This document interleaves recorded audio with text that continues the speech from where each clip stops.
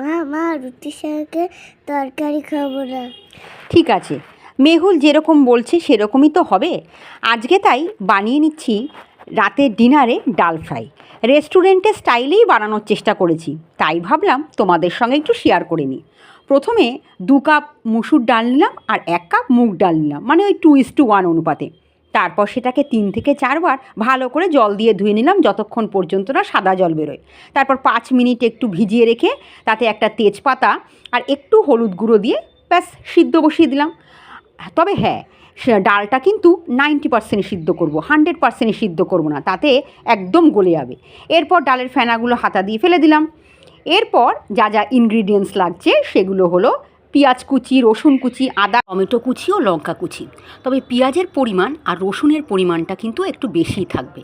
এরপর কড়াইতে ঝটপট করে তেলটা গরম করে নিয়ে সম্বাদ দিয়ে দিলাম কয়েকটা শুকনো লঙ্কা।